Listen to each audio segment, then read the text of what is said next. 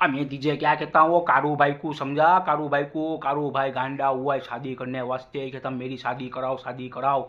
और साले को मैंने क्या ये वांढा, तू वांढे में खुश रहे, तुझे नहीं खबर शादी हो जावे પછી क्या होवे। और साले को इसको खबर है, अपने को खबर है बायरी का ट्रांस क्या होवे, डेंजर होवे डेंजर। मगज की माँ भेड़ करने में बायरी का पहला हाथ होवे। अरे यार अपनों को विलगार बिलगार हो गया हो ना कोई चुड़ैल बुड़ैल का, तो इसका इलाज एक बार है कि एक बार निकल जावे। पर साला बायरी का विलगार हो जावे ने आखी जिंदगी छाती पे पड़ी रहे।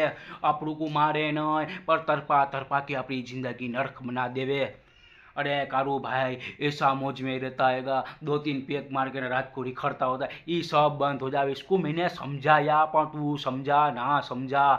साले को विलगार चोटाना ज पड़ेगा अपने, भले चोटे इसको विलगार, बायरी का विलगार।